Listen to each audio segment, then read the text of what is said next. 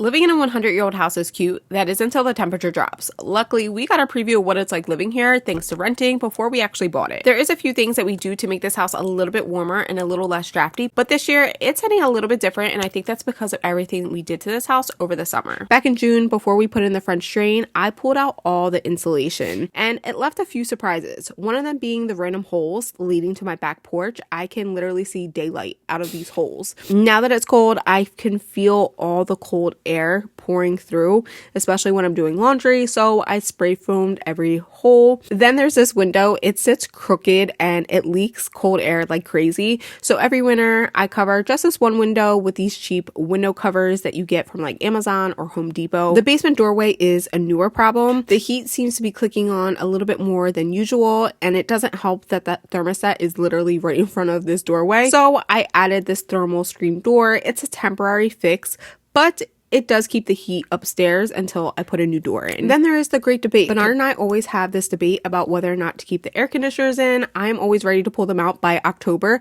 but he thinks that they should stay in all year. Obviously, I do not, but we finally did pull all three of these out. And then something that nobody tells you about when you buy a house is to cover the hose spigot. I'm so glad that I checked this because the hose was still on and I didn't realize it. I added this cover. Again, this is something cheap that you get at Home Depot. Now I'm debating whether or not to put the insulation back down here.